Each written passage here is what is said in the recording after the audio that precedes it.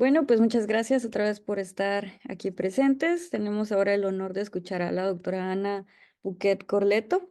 Ella es investigadora titular definitiva del Centro de Investigaciones y Estudios de Género de la UNAM. Pertenece al Sistema Nacional de Investigadores de CONACYT. Es doctora en sociología, maestra y licenciada en psicología. Es especialista y tiene diversas publicaciones sobre estudios de género y educación superior. Entre estas destacan género, ingeniería y educación técnico profesional, relevancia de los estudios de género en las universidades, la creación del Centro de Investigaciones y Estudios de Género en la UNAM, el orden de género en la educación superior, una aproximación interdisciplinaria, intrusos en la universidad y transversalización de la perspectiva de género en la educación superior, problemas conceptuales y prácticos. Ana tiene una amplia trayectoria en la construcción de instituciones, el diseño de políticas universitarias y públicas y el desarrollo de proyectos académicos en el área de género y educación superior. Bajo su dirección se le dio la transformación del programa universitario de estudios de género a Centro de Investigaciones y Estudios de Género de la UNAM en 2016 y la creación del programa de posgrado en estudios de género de la UNAM. Fue fundadora y es primera coordinadora desde 2012, de 2012 a 2015, de la Red Nacional ANUYES, de Instituciones de Educación Superior, Caminos para la Igualdad de Género, y del Observatorio Nacional para la Igualdad de Género en las Instituciones de Educación Superior, de 2017 a 2021. Y bueno, Ana también recibió los premios Sor Juana Inés de la Cruz de la UNAM en 2023, Emulis de la Organización Universitaria Interamericana en 2017, Presea Hermila Galindo de la Asamblea Legislativa del Distrito Federal en 2016 y Margarita von Brentano de la Universidad Libre de Berlín en 2013. Ha sido invitada en múltiples ocasiones como conferencista magistral, ponente y docente, así como evaluadora de proyectos de investigación y de artículos académicos a nivel nacional e internacional. Entonces, te cedo la palabra, Ana, y pues puedes compartir pantallas y así gustas. Me parece que ahorita estás silenciada. Entonces, el espacio es todo tuyo. Listo, pues muchísimas gracias, Miroslava, por la invitación y por la presentación que acabas de hacer. Muy buenas tardes a todas. Me da muchísimo gusto compartir este espacio con ustedes. Yo quiero hablar de los obstáculos que enfrentan las académicas en la universidad.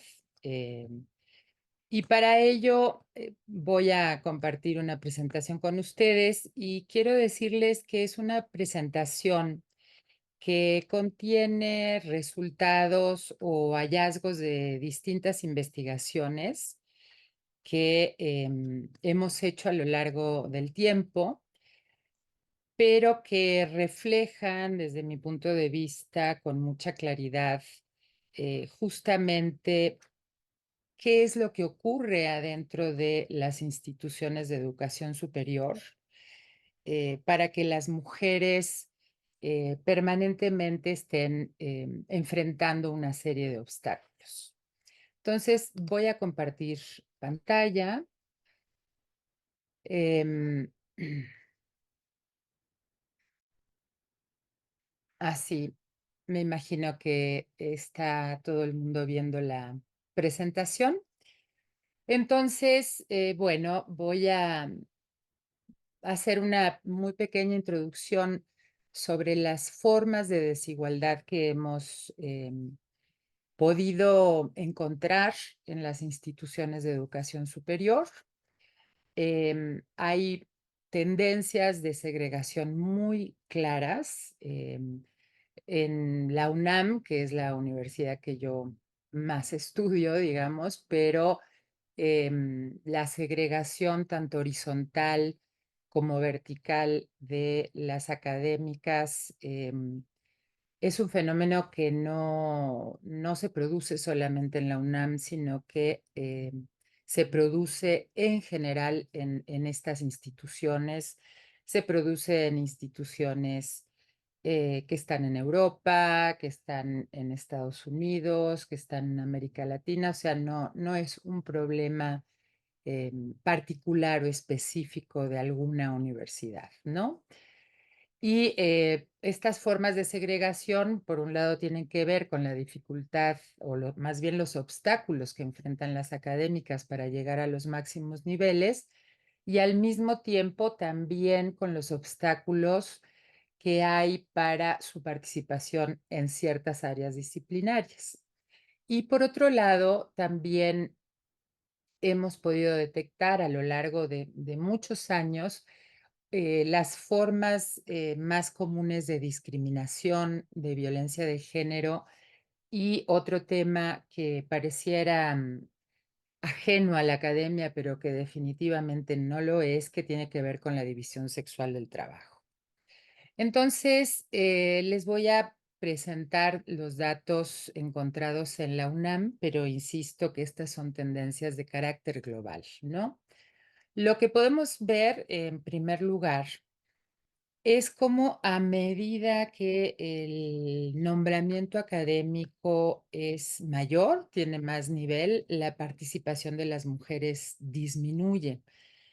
Este es, digamos, un fenómeno que se presenta de esta manera en prácticamente todas las universidades estudiadas en este sentido. Otra forma de segregación muy común y que también es de carácter global, no solo de la UNAM, tiene que ver con la segregación horizontal, justamente esta segregación que concentra a mujeres en ciertas áreas del conocimiento y a los hombres en otras, ¿no? Y acá podemos ver, estos son los dos subsistemas de investigación que tiene la UNAM. Uno es el subsistema de investigación en humanidades, en donde están humanidades, ciencias sociales y artes. Ustedes pueden ver que aquí las académicas son mayoría en este subsistema. En cambio, en el subsistema de la investigación científica, que agrupa, digamos, a las ciencias biológicas, químicas, de la salud, ingenierías, matemáticas, físicas, etcétera, la participación global de las académicas, como ven, es mucho menor.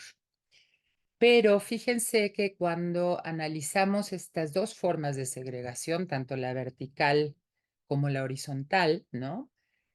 Lo que podemos observar es un fenómeno que llama mucho la atención, porque en esos lugares donde las mujeres son mayoría como académicas, como es el caso de la investigación humanística, cuando analizamos el cargo más alto, que en este caso es investigador, investigadora titular C, las mujeres pierden la mayoría, ¿no? Y en el caso de la investigación científica, bueno, como verán, eh, cae estrepitosamente la participación de las mujeres, ¿no? De un 35, 36% que tienen como participación global, las que alcanzan ese máximo nivel son 22%, ¿no? Y casi un 78% de hombres están en ese nivel.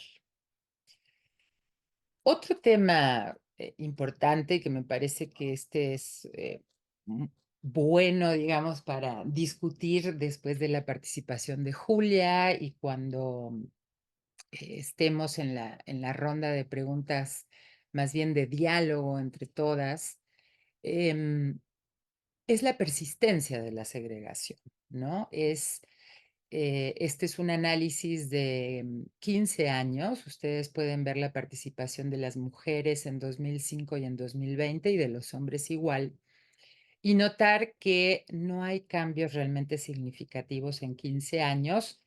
Y esto va de la mano con que la UNAM, en estos 15 años que están analizados aquí, ha ido impulsando una serie de políticas de igualdad dentro de la institución, ¿no? Esto lo podríamos abordar más a profundidad más adelante, pero en principio a mí me interesa transmitirles que lo que estamos viendo es que las políticas de igualdad en las instituciones de educación superior no están produciendo los efectos esperados. Bueno, eso que les mostré es de carácter estructural, ¿no? Es la segregación en datos que hay en la UNAM. Y lo que vamos a ver ahora, que son estos tres ejes de desigualdad o los tres ejes principales de desigualdad que hemos podido identificar, tienen que ver con la discriminación, la violencia de género y la división sexual del trabajo. Entonces, empezando con discriminación, esta es información de la última encuesta que levantamos en 2019.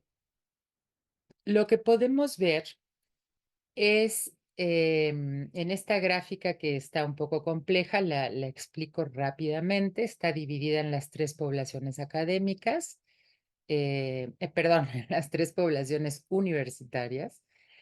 En la parte izquierda está la población académica, en el centro la población administrativa y en la parte derecha la población estudiantil. Y lo que vemos acá son personas que escucharon en su espacio de trabajo o de estudio alguno de los siguientes comentarios. O sea, esto no son percepciones, son eventos que sucedieron y que la gente los reporta.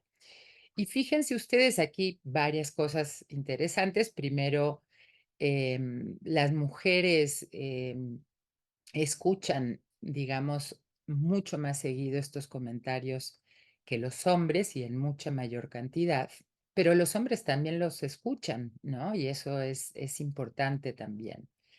Y el tipo de comentarios que se reportan son, por ejemplo, que las mujeres son menos inteligentes o capaces que los hombres, que a las mujeres hay que ayudarlas, ¿no? Hay que echarles la mano porque solas no pueden, o que logran ascender porque se acuestan con alguien, o que si las acosan es un problema de cómo ellas se visten.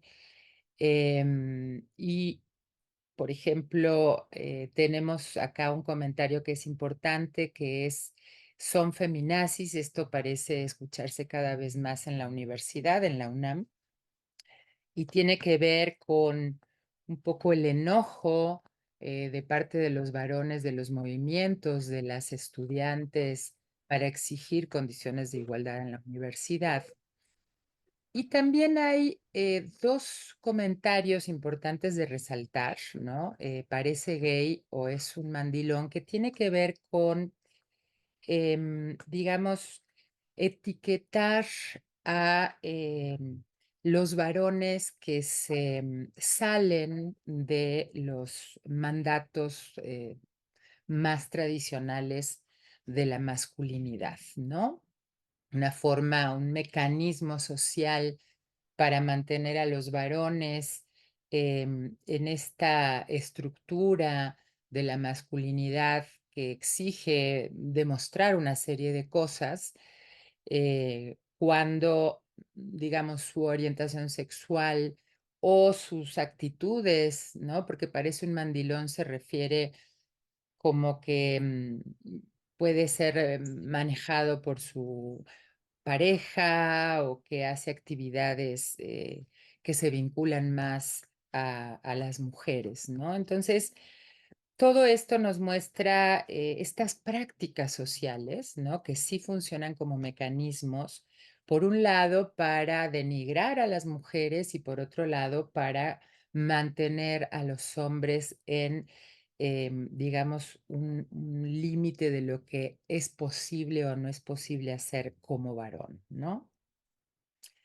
Y acá retomo distintos testimonios de distintas investigaciones hechas a lo largo de varios años. Y ya que este congreso es de físicas, esto es muy interesante, ¿no? Porque una, una física muy, muy importante de nuestra universidad, con Premio Nacional de Ciencias, etcétera, me contó em, que mientras ella charlaba con otra colega física en el pasillo del Instituto de Física, pues pasó un colega y las escuchó hablar y lo único que se le ocurrió decir es, qué chistoso escuchar a dos mujeres hablando de física, ¿no? Que esto nos muestra un poco la concepción eh, que está internalizada sobre dónde deben de estar las mujeres, qué tipo de estudios deben de desarrollar, etcétera, ¿no? Y bueno, y luego el caso de por ahí, tal vez alguien tiene prendido el micrófono, este, bueno, y luego una investigadora en el Instituto de Ingeniería, y este testimonio me parece importante porque ella me planteaba que no había discriminación de género en el instituto, que solamente le preocupaba que a ella no la eligen los estudiantes, ¿no? Y lo interesante de esto es que ella pensaba que era un problema personal, que la discriminaban a ella personalmente, ¿no? No como un problema estructural de discriminación sistemática y generalizada en toda la universidad. Y bueno, luego testimonios de estudiantes que están en estas áreas, ¿no? Por ejemplo, en la Facultad de Ingeniería, las cosas que pueden llegar a decir sus profesores, que realmente son inconcebibles, pero se siguen escuchando en los salones de clase, ¿no? Como esto, ustedes solo vienen aquí a buscar marido, sálganse, que ya tienen 10. Este, y bueno, todo eso genera un ambiente hostil para las mujeres, ¿no? Un ambiente de no pertenencia a esos espacios, por lo que seguramente muchas sentirán que tienen que rendir mucho más que sus colegas varones, etcétera. Tiene muchas consecuencias. eh, digamos, el ambiente discriminatorio, el ambiente sexista que hay en la universidad. Y otro de los temas que a mí me parece muy relevante y que también da para discutir es el tema de los sesgos de género en las evaluaciones académicas. Este caso que les pongo acá es, digamos, pues una investigación, la investigación tal vez fundacional de esta vertiente de análisis, que es analizar justamente cómo se producen estos sesgos de género en la evaluación, ¿no? En este caso, em, estas investigadoras mostraron que una candidata tenía que tener 2.5 veces los méritos de un candidato para poder ser elegida. Un estudio muy serio, como verán, publicado en Nature. O este otro estudio, mucho más reciente, del 2012, ¿no? En donde lo que hicieron fue presentar un currículum, el mismo currículum idéntico, uno con nombre de hombre y otro con nombre de mujer, y ver los resultados tan diferentes en la evaluación de ese mismo currículum, dependiendo si tenía el nombre de hombre o de mujer, ¿no? Y cómo el que tiene el nombre de hombre es mucho mejor evaluado. Todo esto son realmente sesgos que están internalizados además no solamente en los varones, ¿no? También están internalizados en las mujeres. Las propias mujeres muchas veces en el área de ciencias y en cualquier otra área tienen esa misma impresión, ¿no? Que las mujeres son menos capaces que los hombres. Em, el testimonio de una investigadora del Instituto de Matemáticas de la UNAM, ¿no? Que nos planteaba que de una manera muy sutil, cuando se escribe un artículo entre varios hombres y una mujer, hay como una sensación de que a ella le están echando la mano, ¿no? Para poder publicar.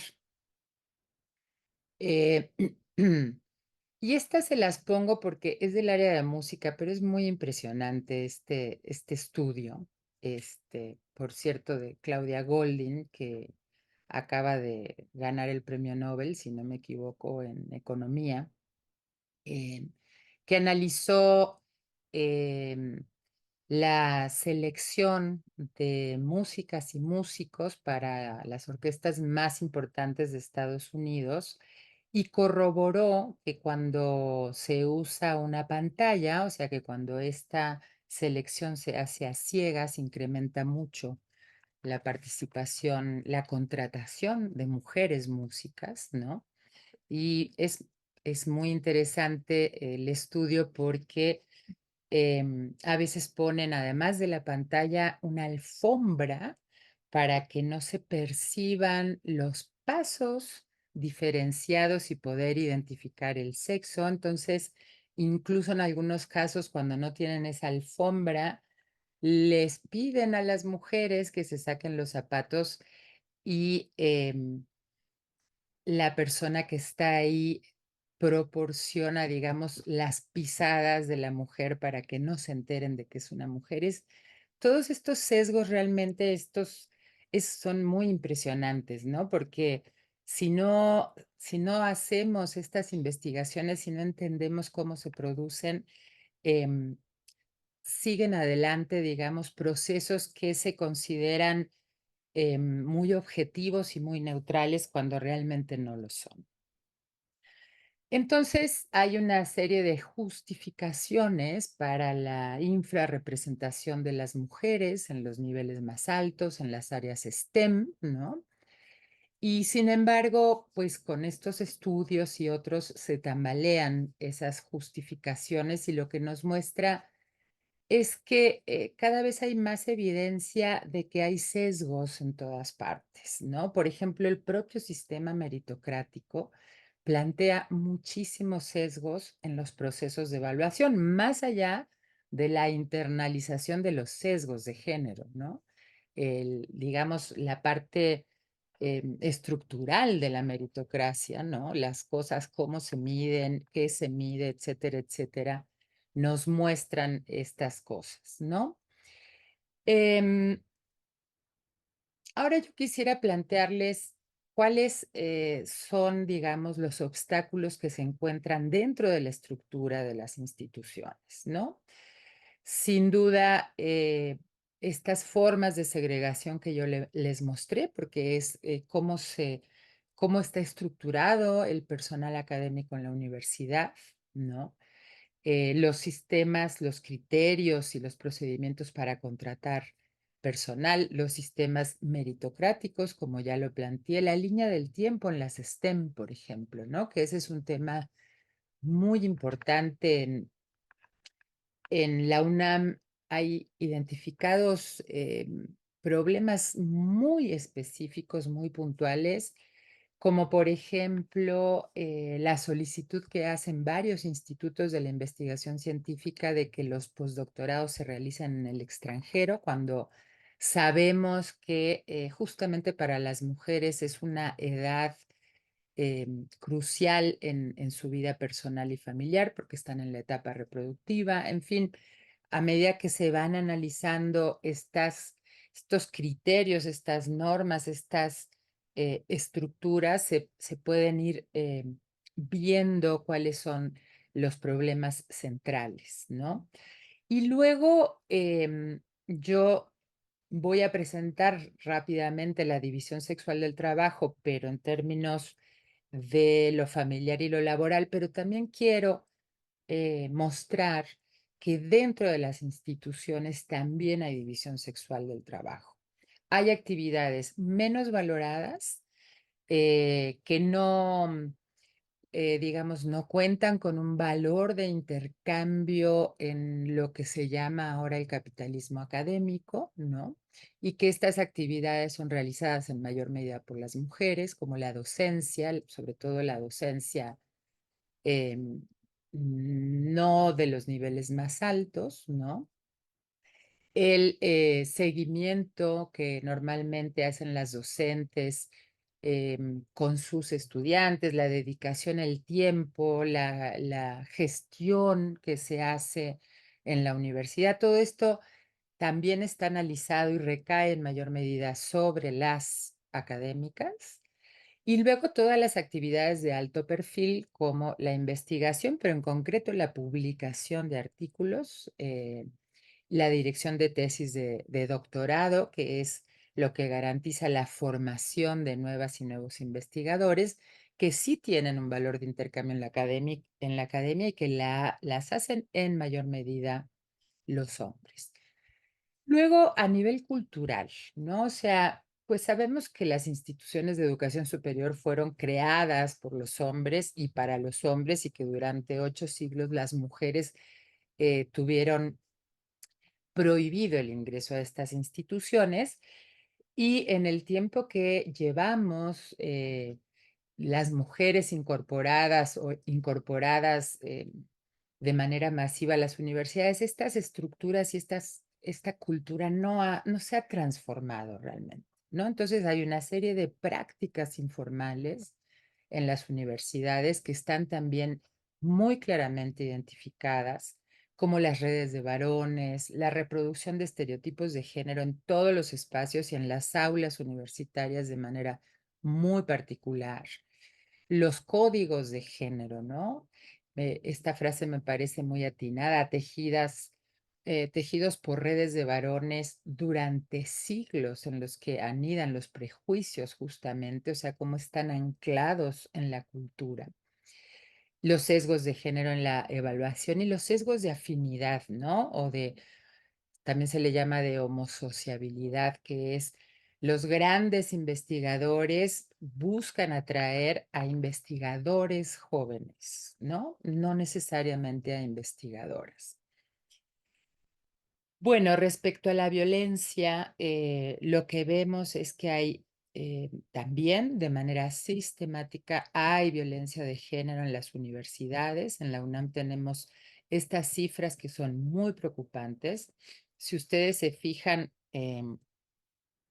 en licenciatura, las estudiantes, más del 50% de las estudiantes de licenciatura han declarado haber sufrido algún acto de hostigamiento dentro de la universidad, ¿no? Las académicas un 35%, las administrativas un 39%, y los hombres también han declarado vivir violencia, ustedes pueden ver en esta columna de acá, pero en mucho menor medida, como se fijarán. Pero además hay algo muy importante sobre la violencia que viven las mujeres, pero también sobre la violencia que viven los hombres en la universidad. Y eso tiene que ver con quién produce esa violencia. Entonces, en la encuesta que levantamos esta información, lo que podemos observar es que la violencia principalmente la producen los hombres. No solo la violencia hacia las mujeres, sino la violencia hacia otros hombres. Si ustedes se fijan acá tenemos las tres poblaciones universitarias, académicos, administrativos y estudiantes. La figura hostigadora, si es mujer académica u hombre académico, y así en cada una de estas celdas. Y si ustedes se fijan, los hombres académicos son los que más hostigan a las mujeres académicas, pero también a otros hombres académicos. Los administrativos a las mujeres, pero también a otros hombres. Los estudiantes a las mujeres, pero también a otros hombres. O sea, esto nos habla de que la cultura de la masculinidad dentro de las instituciones de educación superior todavía normaliza la violencia. Un dato, un tema importante para trabajar también. Bueno, respecto a, bueno, otro ejemplo, digamos, ¿no? De una chica en la Facultad de Ingeniería que el profesor la sube a la tarima y le dice a sus estudiantes que se deleiten con ella. O sea, imaginémonos qué se siente ser alumna en la Facultad de Ingeniería y que un profesor eh, haga una cosa como esta, ¿no? Bueno, y para ir cerrando, porque me quedan 4 minutitos, quiero hablar de este último tema, que es la división sexual del trabajo. Lo que hicimos en la encuesta fue pues una batería de preguntas sobre el uso del tiempo. Y lo primero que pudimos observar es que la diferencia del tiempo que ocupan las mujeres universitarias en responsabilidades de familiares, en trabajos de cuidados y trabajo doméstico, es mucho mayor que la que ocupan sus colegas varones, ¿no? Acá podemos ver en la población académica una diferencia en términos generales, porque si desagregamos esto, se van agudizando esas diferencias, ¿no? Pero en términos generales, las académicas ocupan una jornada laboral completa a la semana más que sus colegas varones. Las administrativas una jornada y media y en el caso de la población estudiantil, la diferencia es baja porque las edades de las y los estudiantes eh, todavía muestran que viven en la familia de su madre, su padre, ¿no? Que no, todavía no tienen una casa propia y una vida, digamos, reproductiva. Ahora, fíjense ustedes cuando hacemos este análisis con las personas, con universitarias que tienen hijas e hijos menores de 5 años, o sea, de 0 a 5 años, digamos. Fíjense ustedes cómo las diferencias se disparan, pero además se disparan también entre las poblaciones universitarias. ¿A qué me refiero? Cuando hay hijas e hijos de 0 a 5 años, se debe invertir mucho más tiempo en los trabajos de cuidados, ¿no? Que además es un tema para mí sumamente relevante porque pareciera que el desarrollo científico, tecnológico, la innovación, el crecimiento de las empresas se han olvidado de que lo más importante para los seres humanos es cuidarnos, ¿no? Ningún ser humano puede vivir si no es con los cuidados de otras personas, desde su nacimiento hasta su vejez. Y bueno, este es un tema también que para mí es muy importante, pero si ustedes se fijan, cuando hay hijas e hijos en esta edad, las investigadoras utilizan casi 6 horas más que sus colegas en cuidados, las profesoras más de 10 horas más a la semana, ¿eh? Las técnicas académicas, que es otro nombramiento de carrera, prácticamente 9 horas a la semana. Y fíjense ustedes las profesoras de asignatura, en donde hay una diferencia de 19 horas semanales. Estas profesoras, este nombramiento, digamos, es el nombramiento académico más precario de la universidad. Es un nombramiento temporal, con prácticamente sin prestaciones, sin certidumbre laboral, etcétera, etcétera. Entonces, acá podemos observar cómo se conjugan por un lado, las desigualdades de género, o sea, las mujeres siempre con mayores responsabilidades en temas de trabajos de cuidados, pero a su vez, cuando hay diferencias en el nivel socioeconómico, esto se agudiza muchísimo, ¿no? Las mujeres tienen que dedicar mucho más tiempo a estas actividades, cosa que a los hombres no les pasa, fíjense, eso no traigo la información aquí preparada, pero justo la estoy trabajando y es que los profesores de asignatura, si ustedes se fijan, no trabajan más en responsabilidades familiares eh, en relación a nombramientos que tienen mayores ingresos, ¿no? Entonces, bueno, ese es otro tema. Y bueno, se me está terminando el tiempo, así que simplemente estos siguen siendo testimonios. Tenía algunas cosas sobre la trayectoria académica de las mujeres científicas, pero las dejo para más adelante, eh, tal vez para la discusión, solamente mostrarles que he hecho algunos análisis de las trayectorias académicas, de académicas muy connotadas con mucho éxito y de académicas que están en la moda universitaria y ahí hay factores importantes a tomar en cuenta de qué es lo que permite a algunas académicas enfrentar más estos obstáculos y a otras menos. Así que por aquí lo dejo. Muchísimas gracias por su atención.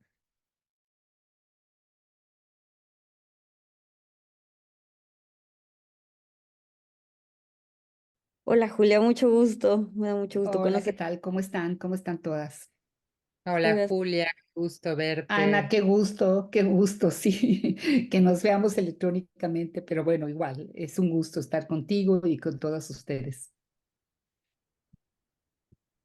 Bueno, déjenme presentar a Julia para que la conozcan. La doctora Julia Tagüeña estudió física en la Universidad Nacional Autónoma de México y obtuvo su doctorado en la Universidad de Oxford en Gran Bretaña. Es investigadora titular del Instituto de Energías Renovables y es la coordinadora de comunicación del Centro de Ciencias de la Complejidad de la UNAM. Es nivel 3 del Sistema Nacional de Investigadores. Fue directora del Centro de Investigación en Energía y de la Dirección General de Divulgación de la Ciencia, ambas dependencias de la UNAM. Fue directora adjunta de Desarrollo Científico del Consejo Nacional de Ciencia y Tecnología. Fue coordinadora del Foro Consultivo Científico y Tecnológico. Es Premio de Comunicación de la Ciencia de la Red de Popularización de la Ciencia y la Tecnología para América Latina y el Caribe, Red POP 2017. Es Premio Nacional de Divulgación de la Ciencia 2020 y recibió en 2021 The Public Understanding and Popularization of Science Award 2021. Es participante honoraria de la Red POP, es integrante de la Academia Mexicana de Ciencias, la Academia de Ciencias de Morelos, la Sociedad Mexicana de la Divulgación de la Ciencia y la Técnica. Igualmente de la Sociedad Mexicana de Física, del Institute of Physics de Gran Bretaña y del International Women Forum, capítulo México.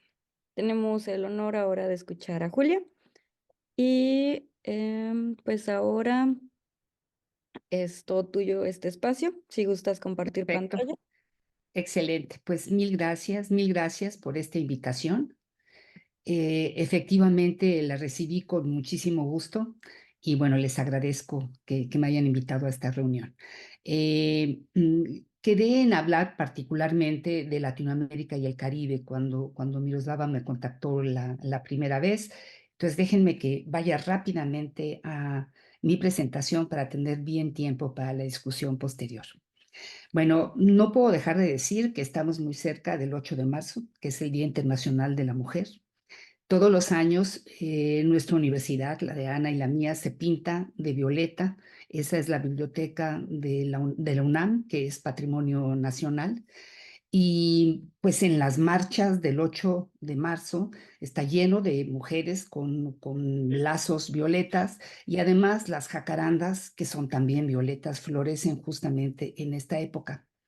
Para mi sorpresa, asistí a una reunión en Sudáfrica, fantástica, interesantísima, organizada por la Academia de Ciencia de Sudáfrica y por la Red Internacional de Derechos Humanos de todas las academias de ciencia del mundo. Y yo llevaba pues mi moño morado porque me pareció que era lo adecuado. Y resulta que nadie de Sudáfrica ni nadie de los invitados, había una representante de Japón, utilizan los lazos morados. Yo dije, bueno, yo pensé que eso lo hacía todo mundo, pero en lo que sí estuvimos todas y todos de acuerdo es que los problemas sí que son mundiales y los retos y los obstáculos son en realidad muy parecidos de país a país.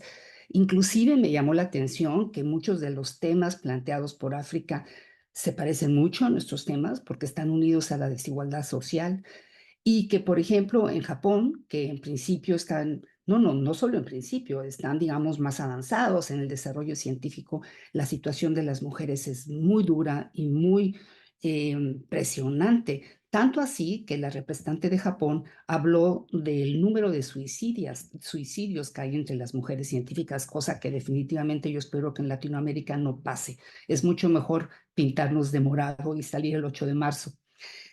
Hay una serie de problemáticas que unen a todas las mujeres sin ninguna duda. El derecho a tener posesiones, el derecho a poseer tierra, eso es una cosa que se sigue discutiendo en mi país el derecho a heredar, el derecho a no ser acosadas, a vivir libres de violencia y desde luego a votar, porque si no tienes la posibilidad de votar, si no eres ciudadana, pues cuál es la posibilidad de que seas científica, el derecho al control de la natalidad, que es absolutamente clave en la liberación de la mujer.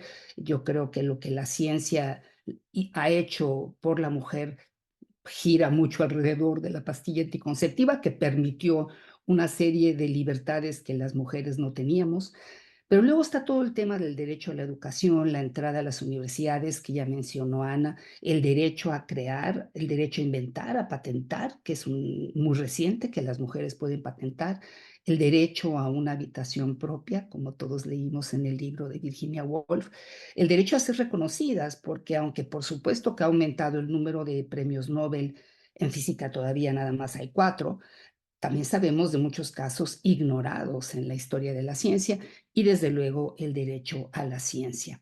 Entonces yo pienso que todo este activismo que gira alrededor del 8 de marzo es fundamental para que estemos aquí reunidas el día de hoy.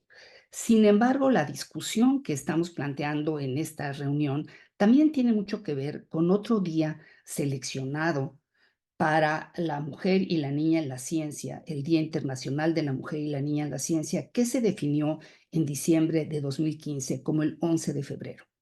¿Por qué comento esta fecha? Porque creo que estamos en un momento de la humanidad que si no le damos importancia al hecho de que nos hace falta el talento femenino para alcanzar el desarrollo sostenible, pues simplemente estamos en un gran peligro como especie. Este 11 de febrero se define justamente al mismo tiempo que todos los países del mundo firman los 17 objetos de sostenibilidad. Entre ellos, el número 5 es la igualdad de género, pero en realidad la igualdad de género es transversal a todos los demás objetivos de desarrollo sostenible, porque sin esa igualdad no tenemos ninguna posibilidad de alcanzarlo. Y además, siempre son las mujeres las que más sufren la pobreza, los problemas de salud, simplemente el cambio climático, la falta de agua está afectando mucho más a las mujeres que a los hombres, aunque al final todos terminamos perjudicados.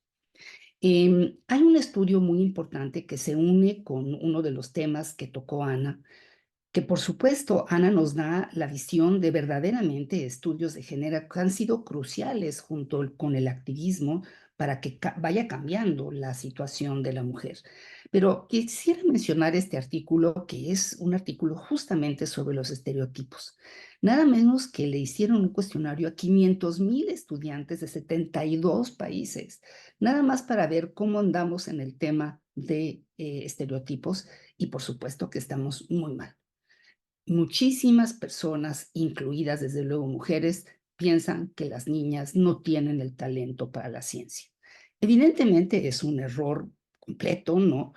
Pero muchas veces estos estereotipos te limitan a ti mismo.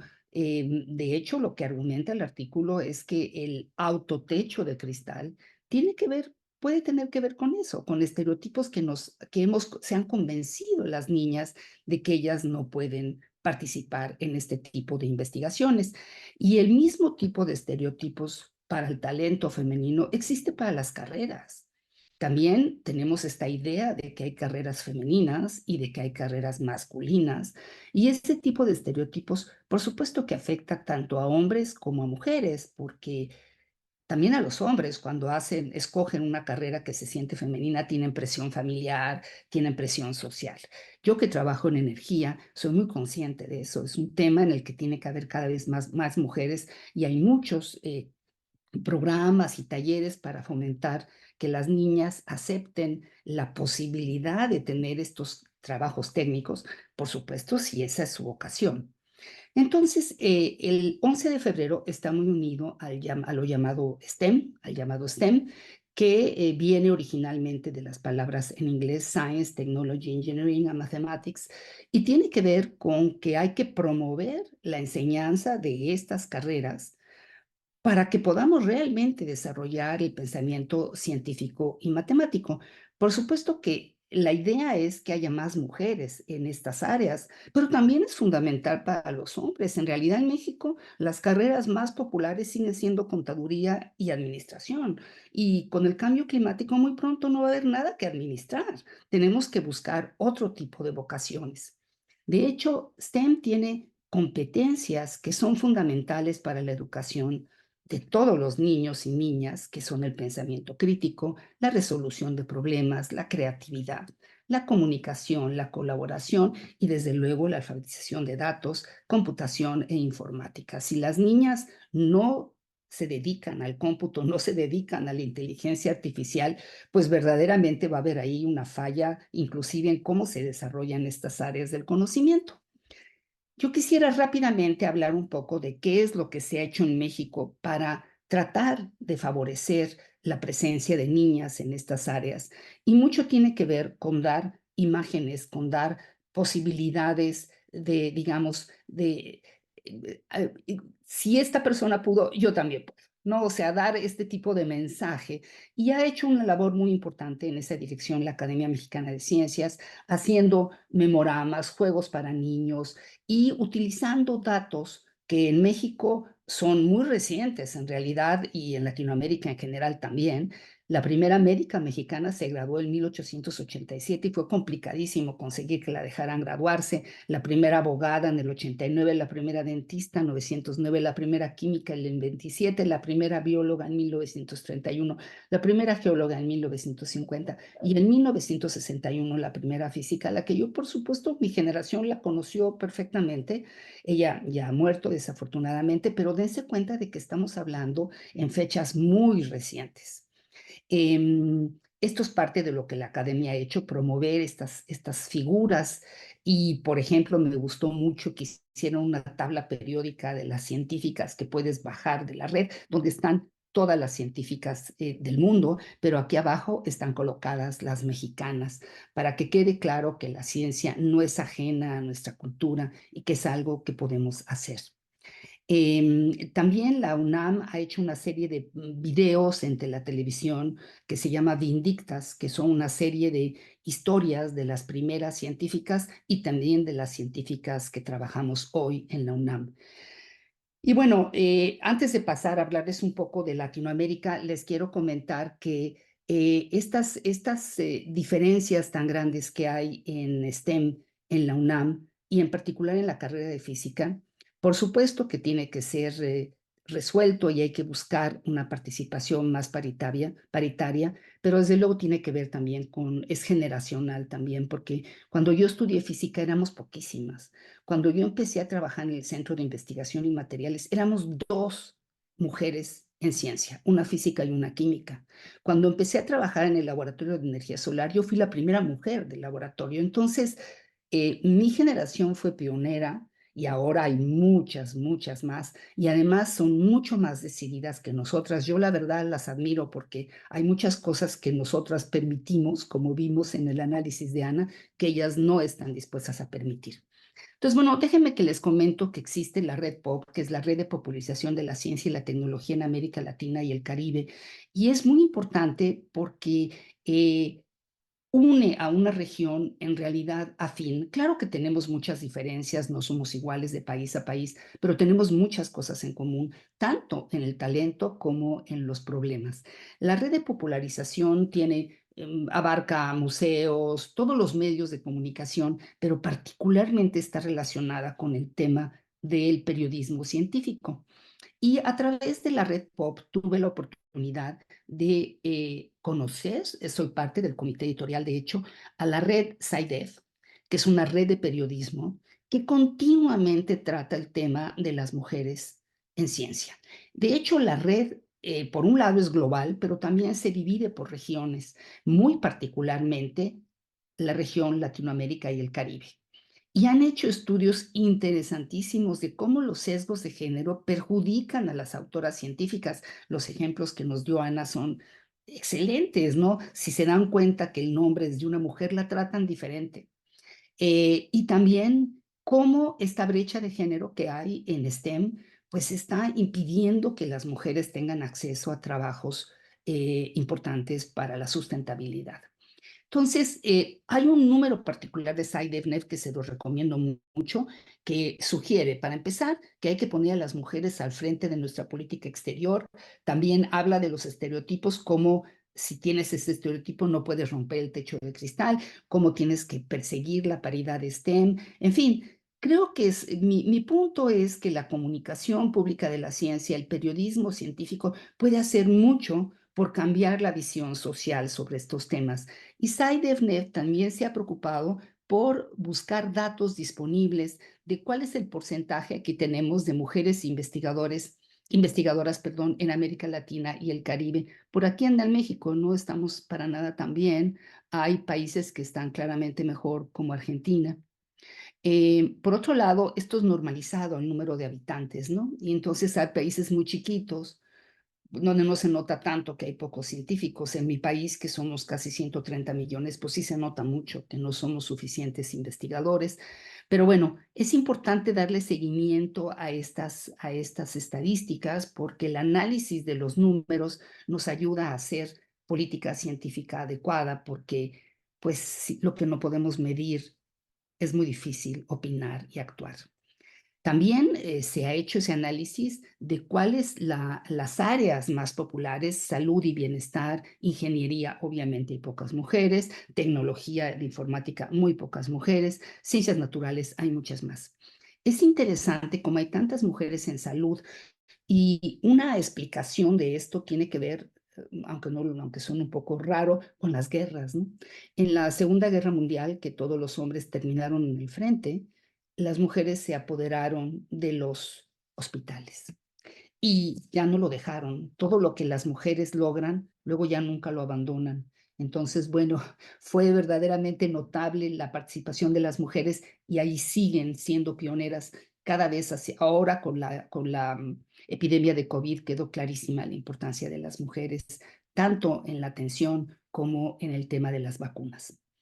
Y bueno, también analizan el número de autoras de las publicaciones científicas, que también es un punto interesante. El número, por ejemplo, de responsables de proyectos, de responsables de laboratorio. ¿Y qué es lo que concluye todo este estudio? Que hay que empezar desde la más temprana edad. Entonces empieza a haber iniciativas muy importantes en Latinoamérica para incluir a las niñas en la ciencia, para dejarles claro que se puede, con ejemplos que las convencen, ¿no? Recuerden que cuando fue Michelle Bachelet presidenta de Chile, hicieron una encuesta entre las niños y niñas que iban a ser de grandes, y todas las niñas iban a ser presidentas, porque basta que tengas un ejemplo para luego seguirlo. En México hay programas también muy importantes en esa dirección. Yo participo en uno que se llama Pauta, programa Adopte un Talento, donde hay talleres que motivan no solamente a niñas, también a niños a participar en ciencia.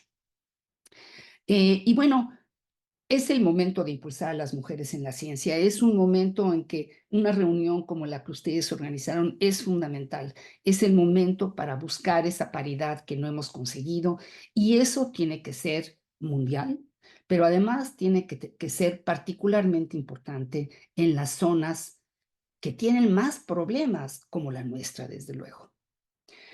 Aquí voy a poner muy rápidamente, sin explicar, la línea de tiempo por la igualdad de género de la UNAM, donde Ana ha participado en esa línea de tiempo. Nada más quiero que vean así cómo desde 1992 hasta ahora la UNAM sí se ha preocupado por atender el problema. Falta mucho por resolver, pero de que hay una atención al problema, hay una atención al problema, en parte por decisión de la UNAM, pero como siempre, en gran parte por el activismo, porque ha habido tantas protestas que también eso ha ayudado. Y aquí tenemos en este último pedazo la creación de la Coordinación de Igualdad de Género de la UNAM, que está haciendo análisis muy importantes, estudios muy importantes basadas en investigadoras como lo que nos contó Ana que están haciendo. Y no voy a meterme en detalles porque ya lo acabamos de escuchar. O sea, yo tengo esa información porque soy parte de un comité asesor de la igualdad de género de la UNAM, pero es justamente lo que acabamos de escuchar, el tema de que la población de licenciatura es, de hecho, mayoritaria ahí tenemos las carreras mayoritarias, que son, por supuesto, bueno, enfermería. Enfermería es la carrera donde hay más mujeres, pero también, fíjense aquí, las mujeres es el amarillo, el verde son los hombres, en física hay muchas menos mujeres, en cambio en biología hay más mujeres que hombres, en medicina hay más mujeres que hombres, en humanidades hay más mujeres que hombres, en sociales hay más mujeres que hombres. En biotecnología también hay más mujeres que hombres, pero en ingeniería hay muchas menos mujeres. Claro que aquí estamos hablando de la segregación horizontal, pero ya nos enseñó Ana que en la segregación vertical, en cuanto los puestos de poder aumentan, van desapareciendo las mujeres. Pero lo que es interesante es que en este momento en la UNAM hay más mujeres que egresan de licenciatura que hombres. 55% son mujeres, 45% son hombres, pero a las mujeres les pasan más cosas. Aparecen temas de cuidado, aparecen temas de discriminación, aparece toda una serie de temas que van desapareciendo a medida que las mujeres van desapareciendo a medida que aumenta el nivel de trabajo y de estudios. Tampoco voy a entrar en detalle aquí porque aquí está el porcentaje específico de cada carrera, pero por ejemplo, fíjense, en ingeniería mecánica, el 9% son mujeres, el 90% son hombres. Y de la misma manera que analizan todas las carreras en todas las facultades, también ven dónde hay más mujeres, ¿no? Entonces encuentran que hay más mujeres, pues ya lo hemos visto, por ejemplo, en enfermería, pues la mayoría son mujeres. De hecho, yo tengo un amigo hombre que es enfermero y dice que se ha sentido discriminado. O sea, la discriminación por sexo también puede afectar a los hombres. Y luego aquí no lo voy a repetir porque es justamente el punto de que a medida que aumenta el cargo, a medida que aumenta el nivel, van disminuyendo las mujeres. Yo en este momento soy investigadora titular C, pero empecé hace muchos años y sí creo que tiene sin duda que ver con no solamente los sesgos y la discriminación, sino también con las generaciones. Si se fijan, esto que es la generación de las jóvenes, pues ya va empujando, ¿no? Ya va empujando fuertemente y esperemos que eso realmente repercuta en todos los niveles. Aquí están los profesores. En los profesores ya hay más mujeres entre las jóvenes, pero también tiene que ver con que nuestro estereotipo es que dar clases tal vez es menos importante que otro tipo de actividades, aunque es la actividad más importante que existe para el futuro de un país.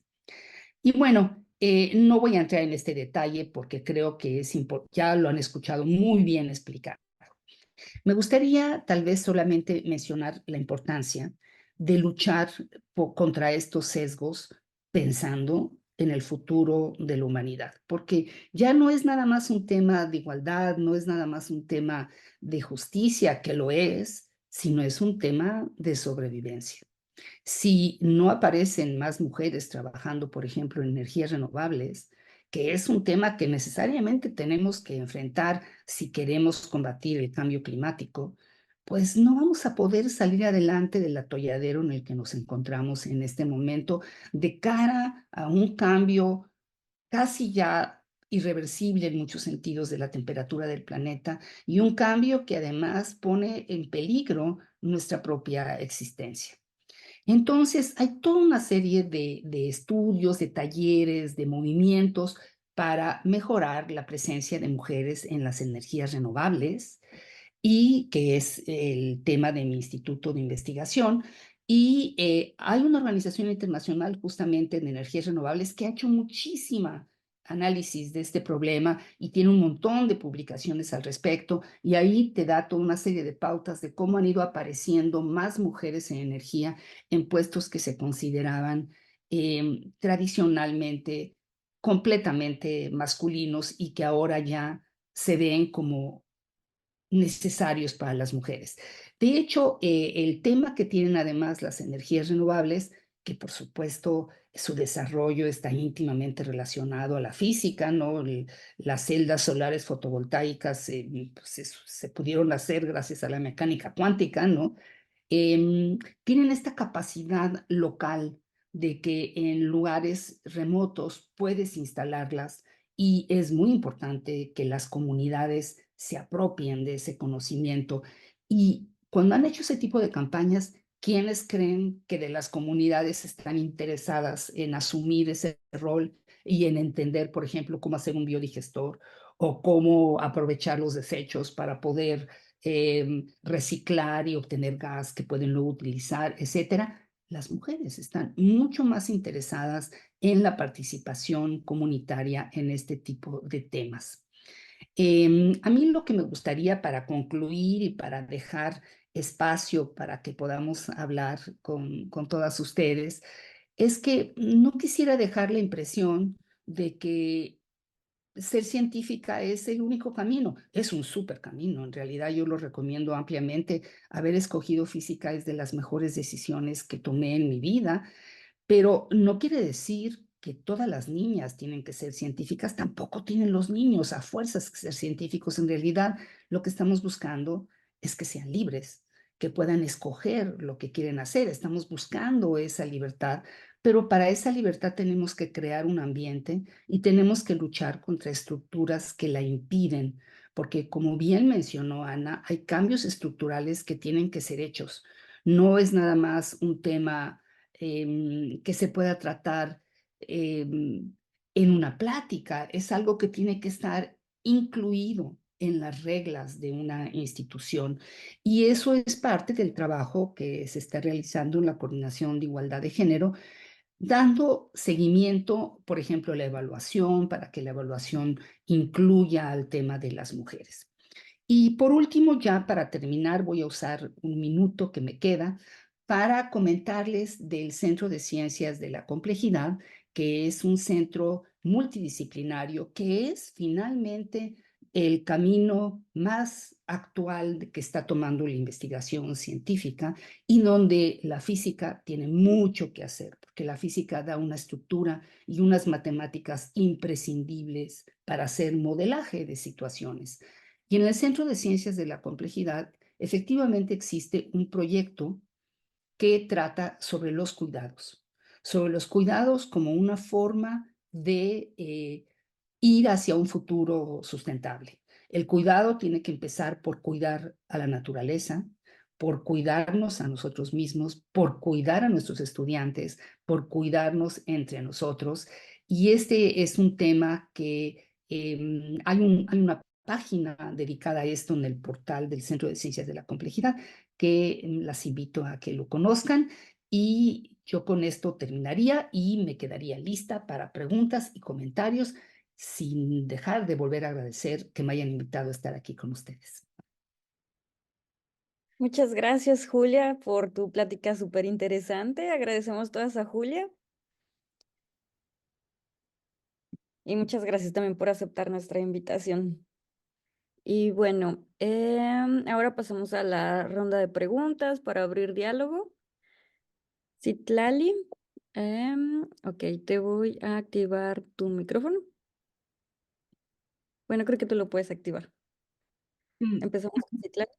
sí, a mí me da pena porque siempre estoy hablando yo. Este, bueno, la verdad estuvieron muy padres ambas discusiones. Me gustó mucho la investigación que compartieron. Yo en lo personal nunca he experimentado discriminación, pero sí acoso. Y tengo una duda, por ejemplo, mi objetivo es ser investigadora, pero también hago divulgación. Y uno de los objetivos es precisamente esto de motivar a niñas. Donde yo soy, ahorita vivo en la ciudad porque me mudé para estudiar la carrera de astronomía, pero donde yo soy es un pueblo. En mi pueblo, realmente yo soy la única que estudió astronomía, soy la primera astrónoma en mi pueblo, y de hecho en la prepa ni siquiera está el área de ciencias exactas, nada más está humanidades y química. No, y me dijeron, cuando pregunté, me dijeron que para mí no la iban a abrir nada más para un alumno, porque nadie se mete a las ciencias exactas. Entonces, por ejemplo, no sé si ustedes con todo lo que han investigado puede influir también de que, por ejemplo, el vivir en una ciudad y el vivir en un pueblo tenga que ver, porque en lo que yo he vivido, a lo mejor estoy mal, en lo que yo he vivido, sí me he dado cuenta que en un pueblo donde son comunidades mucho más pequeñas, no solamente hay falta de interés en los niños, sino mucho más en las niñas. y de hecho ni siquiera conocían la palabra astronomía. Yo mientras estuve viviendo ahí, yo creí que la física ya estaba hecha, o sea, era de que, ¿para qué voy a estudiar algo que ya está todo? Entonces, no sé si el ambiente este de un pueblo a ciudad puede ser un factor importante a la hora de conocer estas ciencias exactas, ¿no? No sé si expliqué, no sé si hice bien la pregunta. Sí, ¿te parece, Ana, que le comente a Citlali sobre esto? Claro que sí, Julia. Es que, mira, me interesa, bueno, está buenísima tu historia, yo creo que va a dar para una serie de Netflix, yo pienso, porque realmente vas a ser una gran astrónoma, no tengo la menor duda. Efectivamente, el medio en el que te desarrollas, por supuesto que influye, no, no hay ninguna duda. También lo que piensa tu familia, si tu familia está de acuerdo, si te impulsa o no, todo eso es fundamental, más allá de una vocación definitiva como la tuya.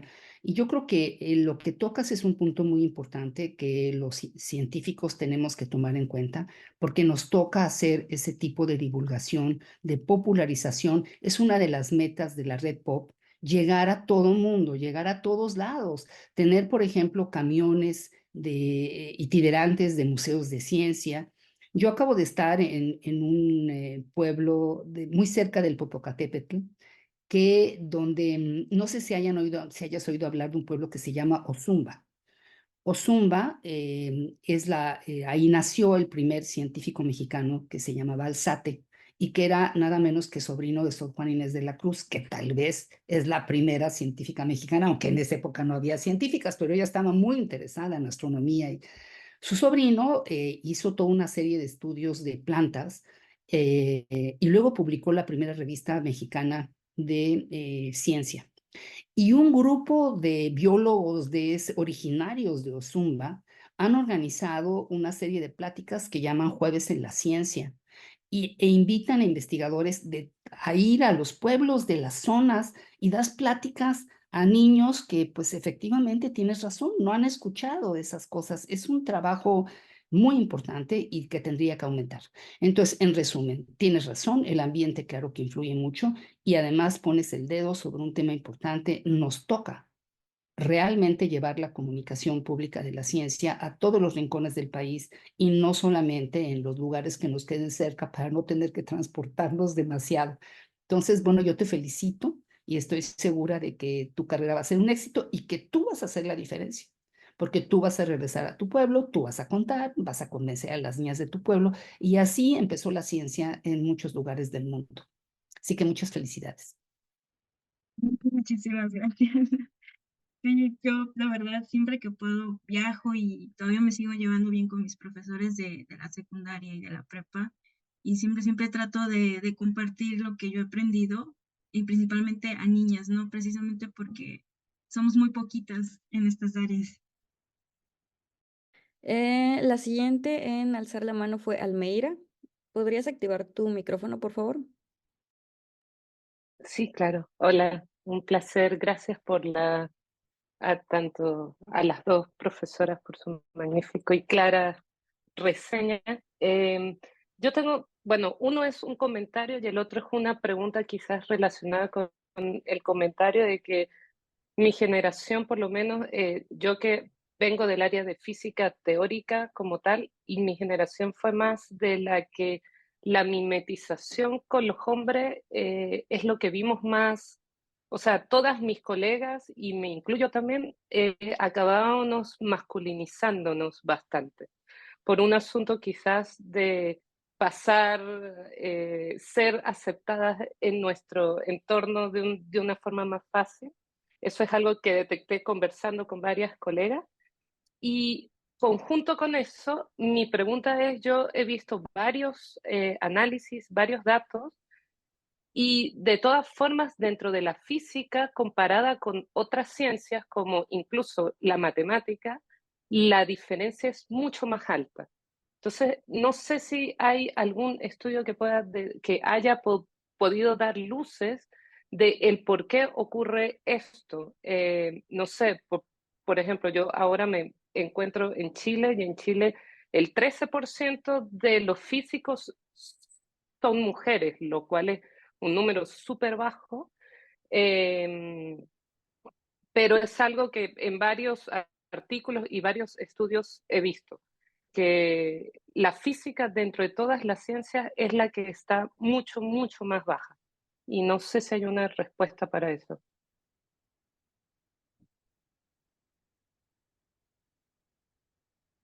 ¿A alguien le gustaría tomar la palabra, Ana o Julia? Pues, pues sobre la física yo, sobre la masculinización se lo voy a dejar a Ana. Mira, yo creo que la baja en la física no es solo para mujeres, es también para hombres.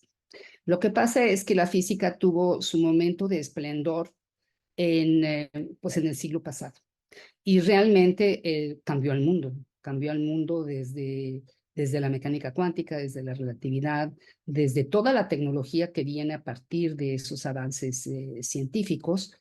Pero de alguna manera, bueno, hay un momento en que la física y la astronomía están, sobre todo la física, en un momento álgido, cuando llega el ser humano a la luna y todo el mundo piensa que eso funciona, o sea, la gente no da crédito que se podían hacer ecuaciones que te llevaran a la luna. Entonces, la física se pone de moda y de hecho corresponde a mi generación. Entonces, en mi generación, aunque éramos pocas mujeres, no éramos tan pocas para cómo estaban las cosas, porque la física estaba de moda. Pero poco a poco los físicos se han ido a otras áreas. Los físicos se van a biología y crean la biología molecular. Los físicos se empiezan a mover en áreas de manejo de datos, de computación, porque es ahí donde están, digamos, los retos actuales. Entonces, yo creo que esta baja en la física es una baja general. Sin embargo, claro que los físicos estamos convencidos de que la física es la que da la mayor estructura mental. Yo tengo un amigo que le dice a sus alumnos, ustedes primero estudian física y luego ya deciden lo que quieren hacer en la vida, pero la física te va a dejar la cabeza organizada para hacer lo que quieras después. Entonces, creo que el futuro de la física está en la colaboración, está en la multidisciplina y que esa baja que has visto, la has visto sobre todo, la has visto en general para todos, pero que en el momento que la física entre de lleno en la multidisciplina va a volver a subir en su importancia dramáticamente. Bueno, eso sería mi opinión respecto a los cambios en la física. Y te dejo, Ana, el tema de cómo tienes que imitar a los hombres para sobrevivir. Gracias, Julia. Sí, a ver, Almeida, yo pienso que justamente en el estudio ese que hice de trayectorias académicas de científicas, una de las, digamos, de las cosas que abordé fue el carácter de estas mujeres, ¿no? Un poco sus identidades, cómo circulaban por ambientes muy masculinos que terminan siendo hostiles para las mujeres, ¿no?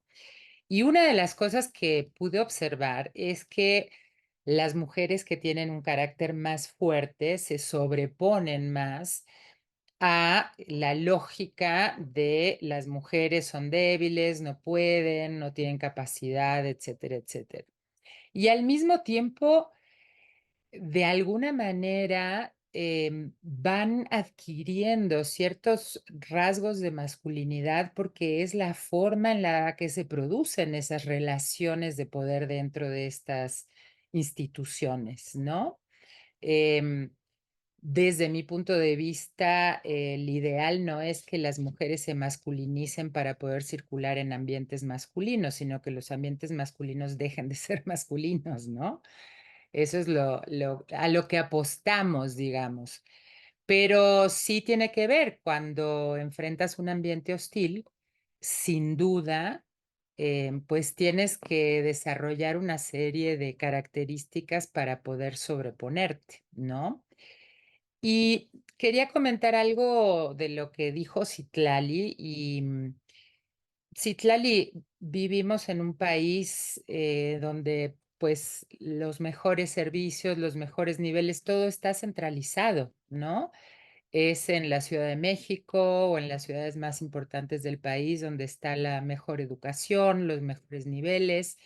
Y ese es otro problema que tenemos en este país, ¿no?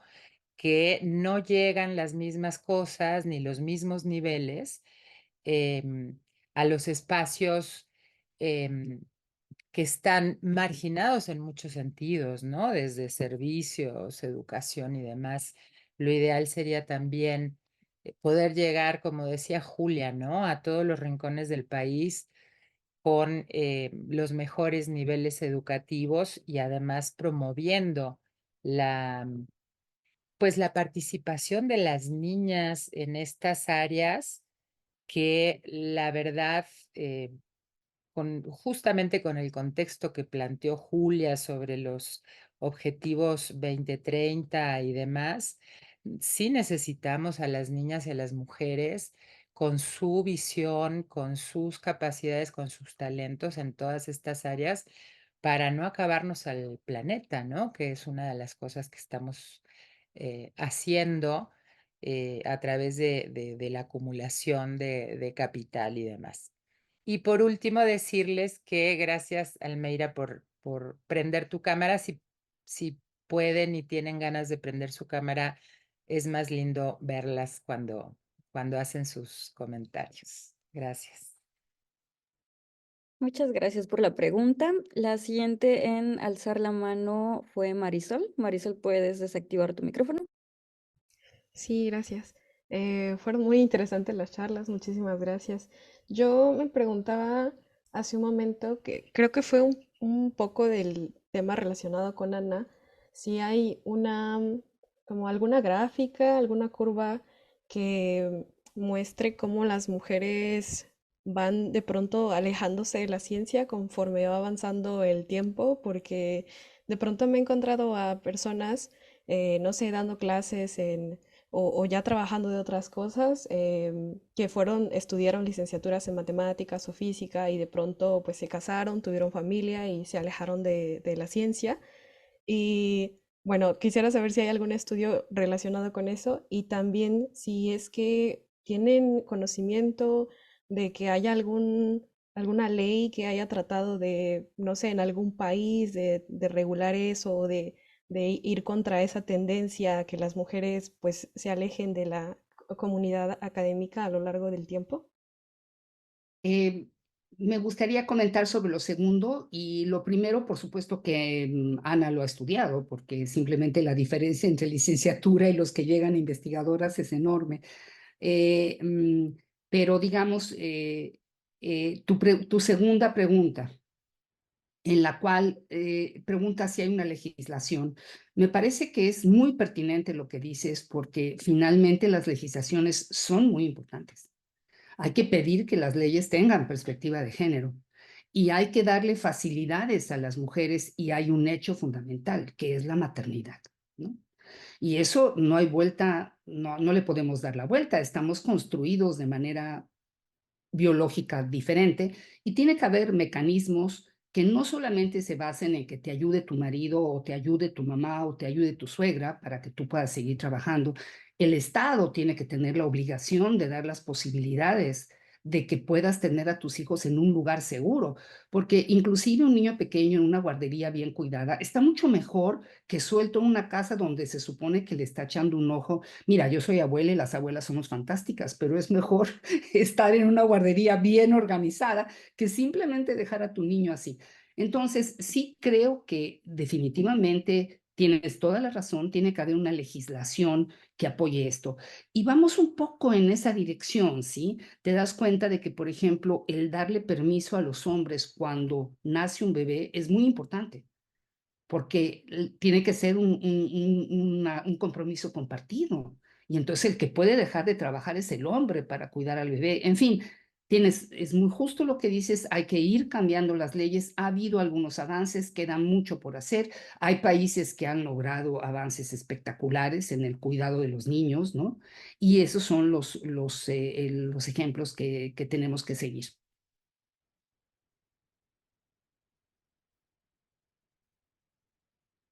Sí, tal vez para agregar algunos puntos en lo que está planteando Julia. Sin duda el tema de los cuidados es un tema que está entrando de manera muy importante en muchos países. En México tenemos una propuesta en el Senado como Sistema Nacional de Cuidados, que justamente está orientada a que la responsabilidad, digamos, las responsabilidades familiares no recaigan exclusivamente en las mujeres, sino que sea una responsabilidad que, como dijimos, es importantísima porque los cuidados del planeta y de los seres humanos deberían de estar en el centro de nuestras preocupaciones.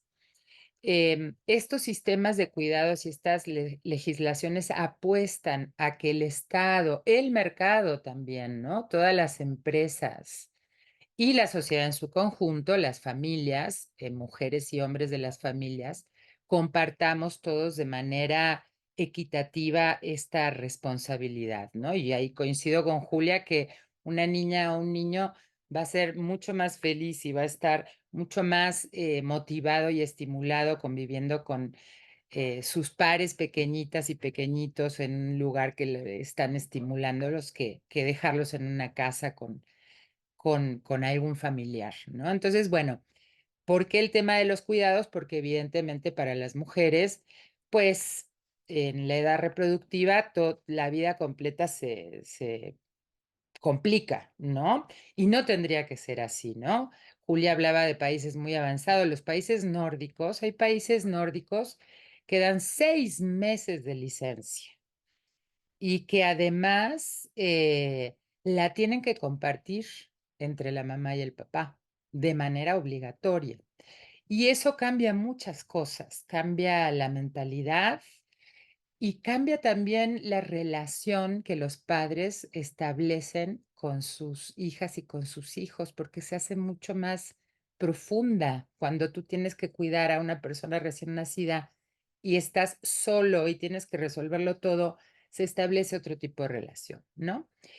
Y respecto, digamos, a si existe este análisis de cómo las mujeres se van alejando de la ciencia, yo no tengo datos específicamente, pero sí hay información, por ejemplo, de que cuando las jóvenes se reciben en estas áreas, em, luego les cuesta mucho trabajo entrar a los posgrados o les cuesta muchísimo trabajo ingresar como investigadoras a estos institutos, ¿no?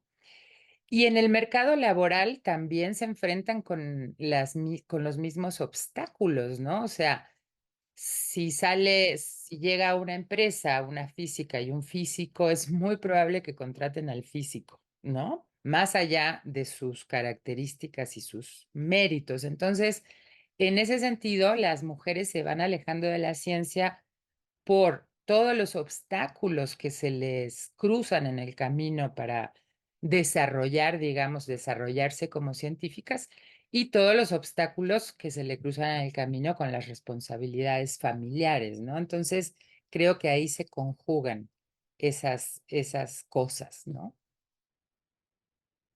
Es el turno ahora de Jelly. ¿Puedes activar tu micrófono, por favor? Hola, muchas gracias por sus pláticas. Yo estudio física en México, pero no en la UNAM. Y aunque desde luego en mi facultad está muy presente la discriminación por sexo, no conozco de ninguna iniciativa importante para contrarrestarla. Quisiera saber si tienen alguna sugerencia sobre qué acciones podríamos tomar individualmente para comenzar a hacer un cambio en esta dirección. Si quieren, bueno, si quieres, Julia, retomo la pregunta de Jelini y seguramente. Empieza tú, por favor, empieza tú, sí. Mira,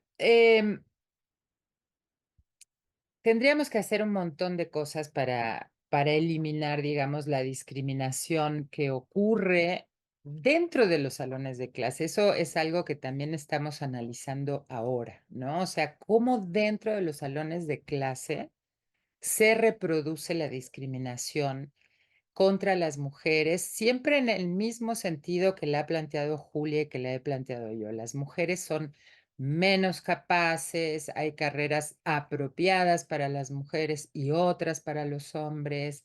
Las mujeres son objetivadas a través de su sexualidad, ¿no? Pareciera que lo más importante de una joven, aunque esté estudiando física, es su sexualidad. O sea, hay muchos elementos de discriminación que son muy potentes, porque cuando se viven cotidianamente causan un efecto muy importante en la salud mental y también física de quienes reciben esta discriminación. Yo creo que una de las medidas principales en este sentido, tal vez dos, ¿no? Una es, sin duda, la capacitación del profesorado. O sea, tendríamos que estar actuando para que profesoras y profesores no sigan reproduciendo la discriminación adentro de los salones de clases. Y ese es un trabajo muy arduo porque no se vale con un cursito de 4 horas. O sea, la gente no cambia con un taller, no cambia con una conferencia, ¿no? O sea, es un trabajo muy importante de transformación de la práctica docente. Si no podemos transformar sus mentalidades, que sería lo ideal, tendríamos que transformar sus prácticas docentes, o sea, que fueran muy conscientes de qué cosas hacen dentro de los salones que están reproduciendo esa discriminación. Y por otro lado, tendríamos que estar incluyendo los temas de la desigualdad entre mujeres y hombres, la perspectiva de género, en todos los currículum, digamos, en todos los programas curriculares de México, ¿no? ¿Y esto qué quiere decir? Quiere decir que no enseñemos la ciencia como si fuera una cosa absolutamente masculina. Quiere decir hablar en los espacios escolares de la participación de las mujeres en el desarrollo de la ciencia y la tecnología. Quiere decir incorporar a los contenidos la presencia de las mujeres, ¿no? Porque desde las imágenes en los libros, desde la forma de hablar, todo parece expulsar a las mujeres de ese ámbito. Entonces, creo que dos cosas muy importantes, pero insisto, hay que hacer múltiples estrategias, pero dos de ellas yo creo que sí es la capacitación seria de docentes y la incorporación de la perspectiva de género en los programas de estudio. Bueno, yo creo que está muy bien explicado, concuerdo completamente. De hecho, ya en la licenciatura de mi instituto ya hay dos materias obligatorias de perspectiva de género. Se están metiendo en muchas carreras y yo doy clase en ingeniería. Quisiera solamente añadir una cosa. Es muy importante la sororidad, es muy importante la posibilidad de hablar con otras mujeres, de organizarse como grupo. Y en ese sentido, la UNAM ha creado en cada institución lo que se llaman los comités de igualdad de género. Y en forma completamente confidencial, sin que tengas que tener ningún tipo de enfrentamiento, están abiertos a escuchar cualquier tipo de comentario o de queja, que en general se pueden resolver porque son cosas solubles. Y si fuera algo realmente grave, para eso existe en la UNAM la Defensoría de Derechos Humanos, si realmente fuera un tema que requiriera ese tipo de nivel, ¿no? Entonces, hay un intento por organizar estos espacios donde pueden escucharte y donde tú puedes ir a contar en forma segura lo que te está sucediendo. ¿Ok? Listo. Gracias. Gracias por tu pregunta. Muchas gracias por tu pregunta. La siguiente en levantar la mano fue Nana. Hola, buenas tardes. Estoy viendo cómo puedo activar mi cámara, pero no me entero aquí. Pero de todas maneras puedo ir haciendo la pregunta, a iniciar video, ya lo vi. Buenas tardes, muchas gracias. Muy interesantes las dos conferencias. Pues las disfruté mucho las dos, la verdad. Yo quería preguntarles sobre la política de acción afirmativa. No sé si han escuchado que, por ejemplo, en los Estados Unidos, los luchadores por los derechos civiles lograron que se implementara algo así, ¿no? Y es que existan cuotas para ciertos cargos, para ciertas posiciones. O sea, que a lo mejor si hay en cierto centro educativo 50 plazas de profesores, se pida que haya un mínimo que esté asignado a mujeres. Si ustedes están de acuerdo con un tipo de política así, de acción afirmativa, o piensan que eso va a ir evolucionando naturalmente allá, o si tomar una medida en ese sentido, pues podría ayudar a borrar la brecha de género. Yo creo que debe haber acciones afirmativas y de hecho ya las hay, ¿no? Por ejemplo, en el Sistema Nacional de Investigadores, si una mujer tiene un bebé, se pospone un año su evaluación. Y como esa, hay otras acciones que son afirmativas y que deben de existir sin ninguna duda.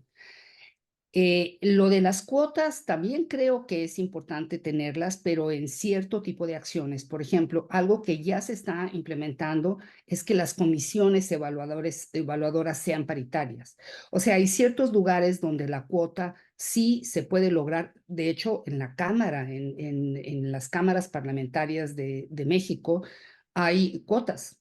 Y no te puedes, que quiero decirles que empezaron haciendo trampa. Empezaron poniendo una mujer y luego entraba el suplente en lugar de ella, pero no más, porque las mujeres no se dejan. Además, es muy interesante porque hay temas de feministas que realmente unen a las mujeres, más allá de partidos y de otras diferencias.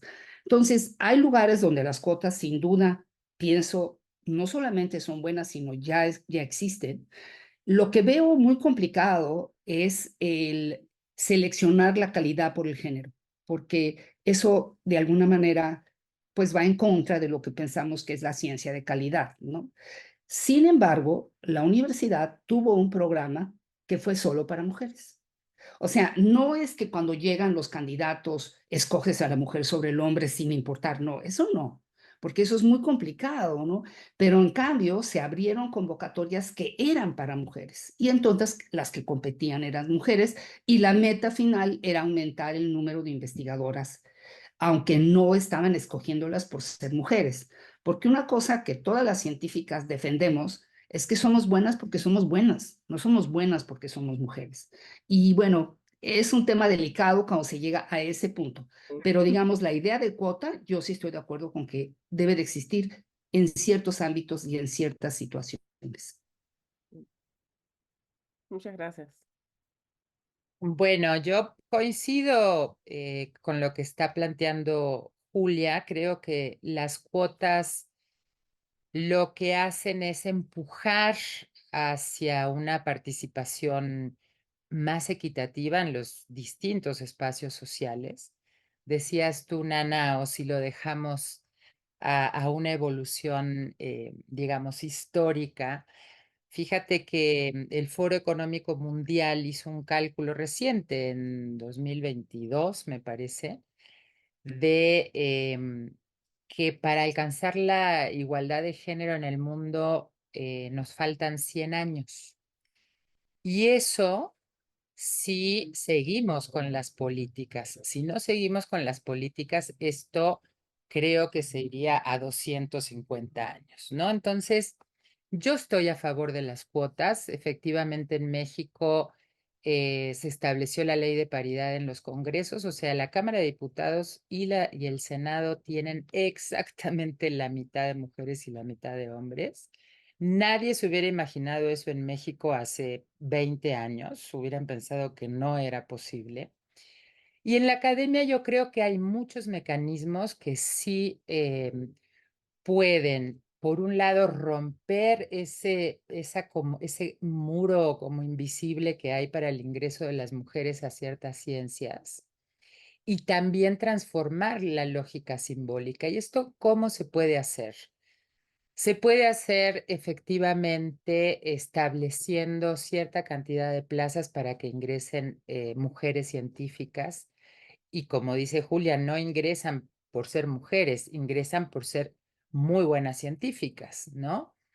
Pero si ya dijimos y ya hay muchos estudios que muestran que se evalúa a mujeres y a hombres científicos de manera completamente diferente, ¿no?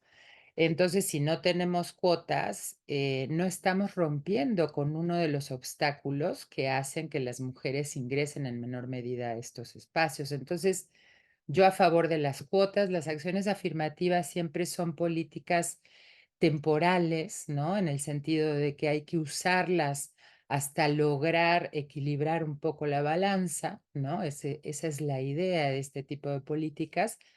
Y sí en la UNAM hubo un programa que tuvo problemas, digamos, legislativos en el sentido de la normatividad universitaria, en donde se buscaba que en ciertas áreas del conocimiento ingresaran investigadoras.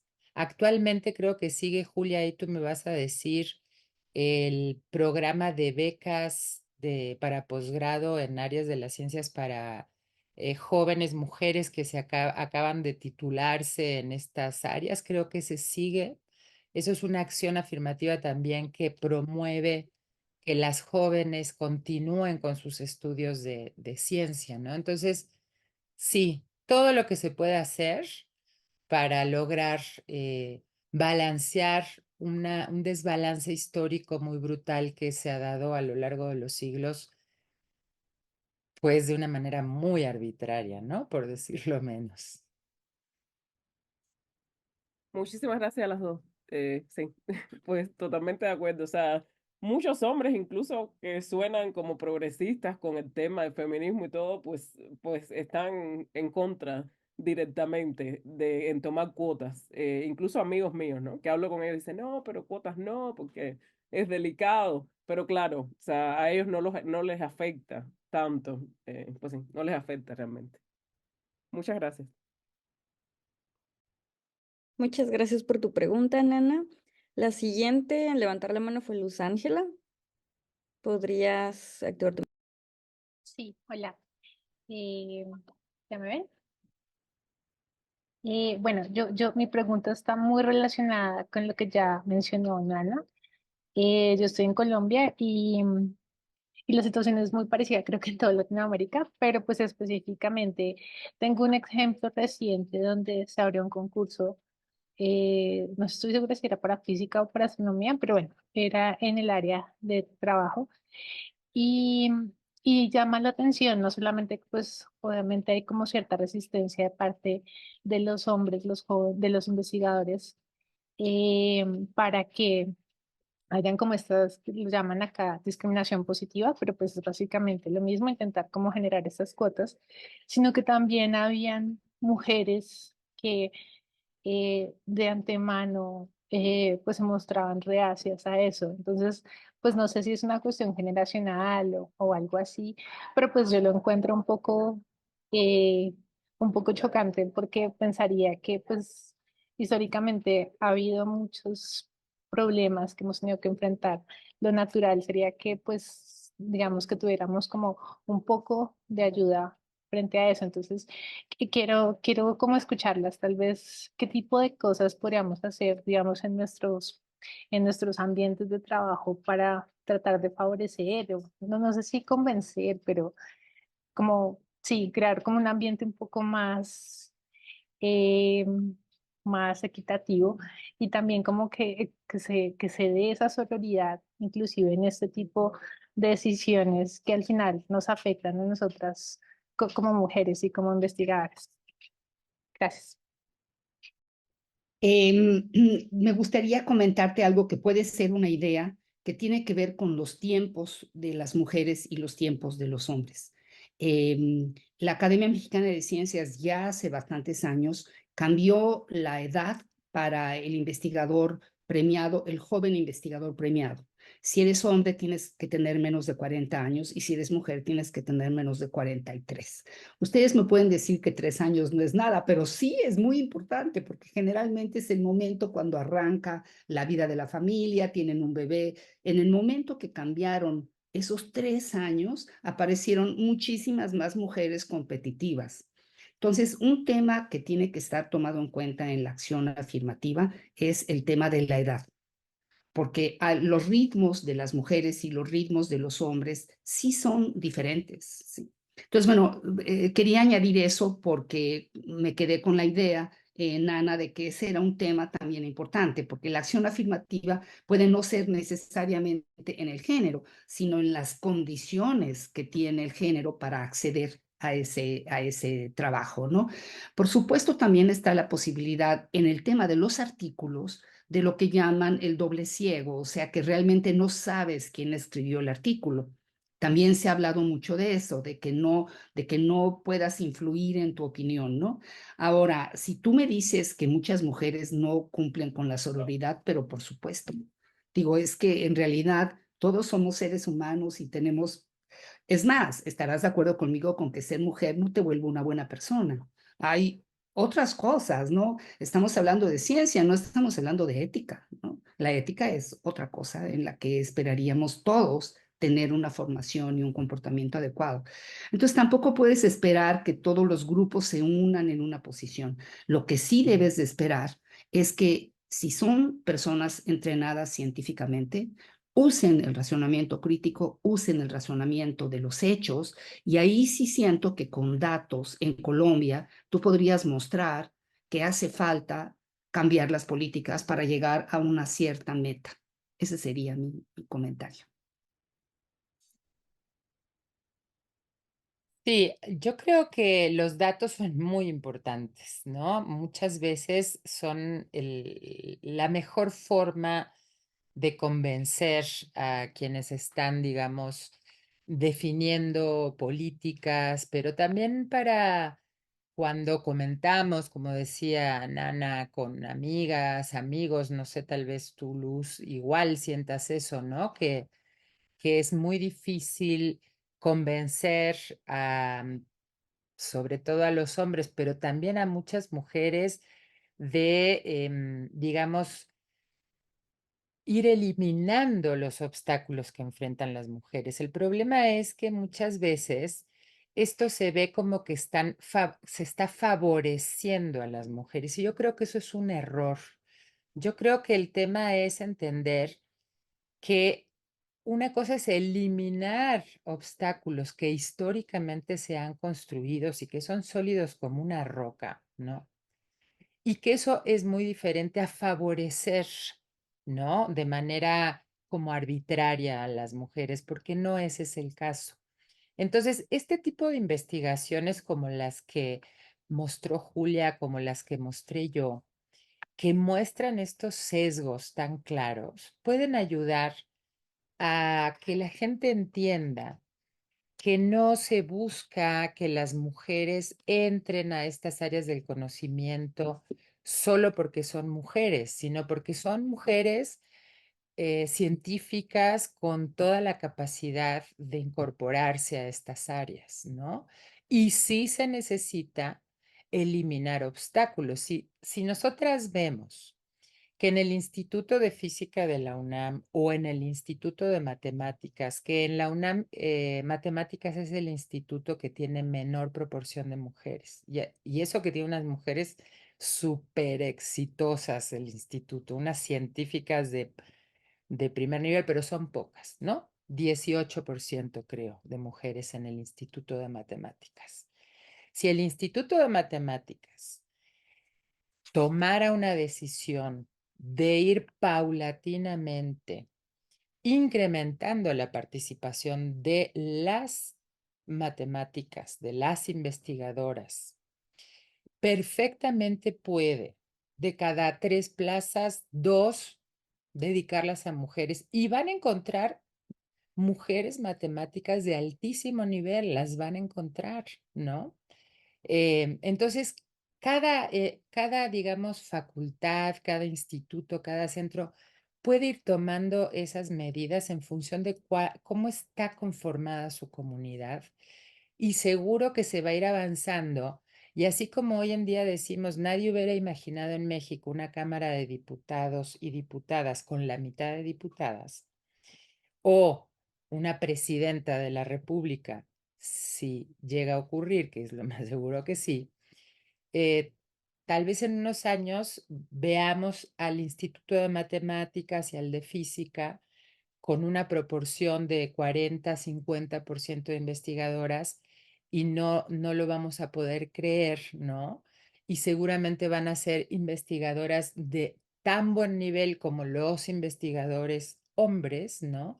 Pero sí tenemos que eliminar obstáculos porque todo eso es una gran barrera que dificulta muchísimo que las mujeres lleguen a esos espacios y sí hay que hacerlo y hay que tratar de tener los elementos, digamos, los datos, para convencer a la gente de que no se trata de favorecer, sino de eliminar en la medida de lo posible los obstáculos que las mujeres llevan enfrentando siglos, ¿no? Muchas gracias por sus respuestas. Les voy a leer brevemente 2 preguntas que hicieron en el chat. Estamos un poco sobre tiempo, pero no sé si tengan prisa. Si no, pues podemos terminar con las preguntas del chat y finalmente con Fabiola. Las preguntas del chat, la número 1 dice, ¿qué se debe hacer cuando un profesor con bastante poder hace comentarios misóginos en clase? ¿Qué deberíamos hacer? Y la segunda es, conociendo todos los datos de desigualdad de género de la UAM, por ejemplo, ¿qué están haciendo al respecto para mejorar, la UNAM, corrección, ¿qué están haciendo al respecto para mejorar la situación? Ajá. Bueno, muy rápidamente, en realidad las dos preguntas están unidas.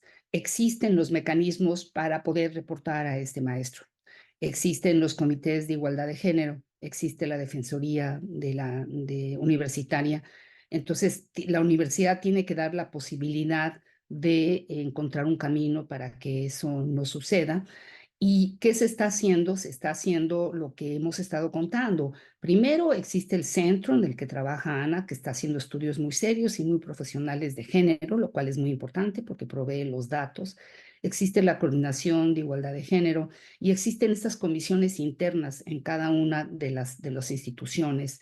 Y además existe un personaje que ha creado la coordinación, que son como voluntarias en las diferentes instituciones que pueden asesorar y apoyar a las estudiantes y los estudiantes, porque no crean que solo tienen problema las mujeres, también los jóvenes hombres que entran a la universidad pueden sufrir acoso y discriminación. Entonces, tiene que haber algo institucional que lo haga. Creo que está pasando, pero pues sí, lentamente y todavía faltan muchas cosas. Un avance importante es que se están dando materias en las diferentes licenciaturas de perspectiva de género. Y otro avance importante es que la SIGU, que es esta coordinación de igualdad de género, ofrece diplomados y talleres que la gente puede tomar no solamente del tema de igualdad de género, también de masculinidades y de otro tipo de problemas que nos aquejan en el tema de género. Entonces, se está actuando, tal vez no lo suficiente, pero se está actuando y yo los remitiría a las páginas de SIGU y a la página del Centro de Ana para que vean ahí los proyectos que se están llevando a cabo. Normalmente nadie quiere meter las manos, ¿no? Pero sí hay que hacer presión. Y si tú y tus compañeras todas perciben esto, yo creo que juntas, siempre juntas es mejor, ¿no? Pero yo creo que sí vale la pena hacer una denuncia. Ahora es el turno de Fabiola. ¿Podrías activar tu micrófono? Sí, hola, gracias. Muchas gracias por las charlas, las dos me parecieron muy buenas. Las dos mencionan que, y bueno, es un hecho, ¿no? Que hay sesgos que tenemos internalizados y quizá estos sesgos, perdón, predominan en los hombres, pero pues también los tenemos las mujeres. Entonces mi pregunta sería, como qué podemos hacer para ir como en contra de estos sesgos, que pues supongo que por el hecho de que están internalizados, pues es como súper difícil, ¿no? Yo diría que el único camino es la educación. En realidad suena casi como un lugar común, pero yo creo que la educación es la solución a tantos problemas que tenemos, ¿no? Y sí, por eso es que los cursos tienen sentido, las pláticas tienen sentido, lo que están ustedes haciendo ahora, porque tiene que ver con un proceso educativo de escuchar a otros y de escuchar a otras y de escuchar con tolerancia, ¿no? Yo diría que ese podría ser el camino, sin duda, y una buena comunicación de la ciencia. Creo que básicamente es la educación la que nos hace un poco, la que nos puede hacer diferente. Y por otro lado, somos más justos cuando realmente nos importa la gente, nos importa el país, nos importa la sociedad. Y ese tipo digamos, de construcción nos hará también mejorar en nuestros prejuicios contra los demás. Sí, sin duda la educación es fundamental. La educación desde el kinder, desde la primaria, ¿no? Es muy importante, o sea, trabajar en que esos sesgos justamente no se reproduzcan adentro de los salones de clase. Ojalá pudiéramos lograr que no se reproduzcan dentro de las familias, ¿no? Que es el primer lugar donde nos socializamos y empezamos a ver esos ejemplos. Digamos que el objetivo podría ser que todas las personas configuráramos nuestras identidades sin esa división tajante del género, ¿no? Pero cuando ya lo tenemos internalizado, que es lo que nos pasa a la mayor parte de las personas, creo que la mejor forma de romper eso, esa dinámica, es tomar conciencia, ¿no? La toma de conciencia sobre las desigualdades históricas, ¿no? Que hemos enfrentado a las mujeres es una muy buena manera de quitarnos esos sesgos de la cabeza, de nuestras mentes, y entender que realmente ha habido un proceso muy largo, construido a lo largo no de décadas ni de siglos, sino de milenios, en el que se ha establecido, digamos, todos los símbolos, todos los significados vinculados a una cierta inferioridad de las mujeres, ¿no?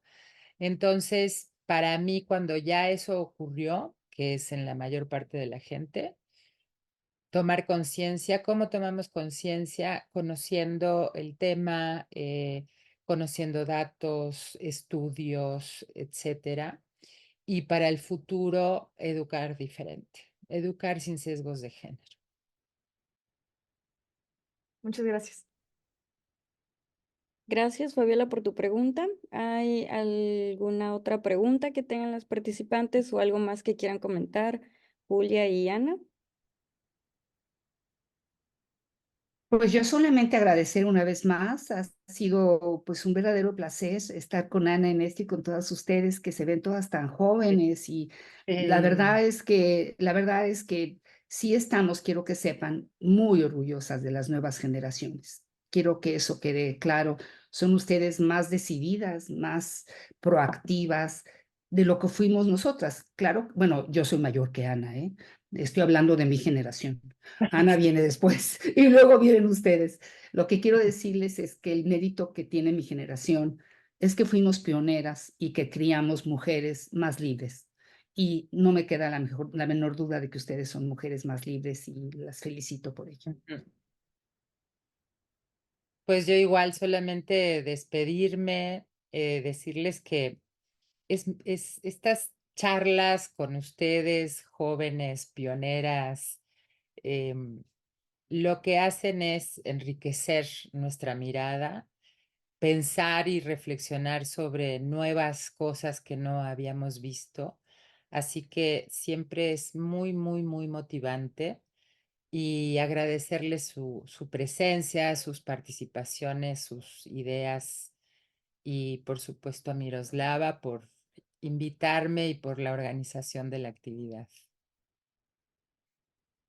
Muchas gracias a ustedes por aceptar mi invitación y a todas las participantes también por hacer esto posible. Y bueno, no sé si tengan algo más que añadir. Y si no, pues nos vemos. Muchísimas gracias y gracias por su tiempo. Nos vemos mañana. Hasta Gracias. luego, que estén muy bien. Buenas tardes.